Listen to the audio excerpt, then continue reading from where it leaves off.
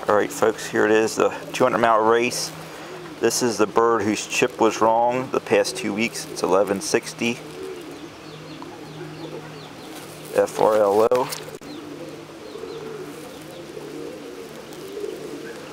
You can see the FRLO. 1160. Here you can verify the clock. Last bird clocked was, oh, there we just got another one. MAS 1109, bird number 56. I scanned all the birds last night. The numbers all did match.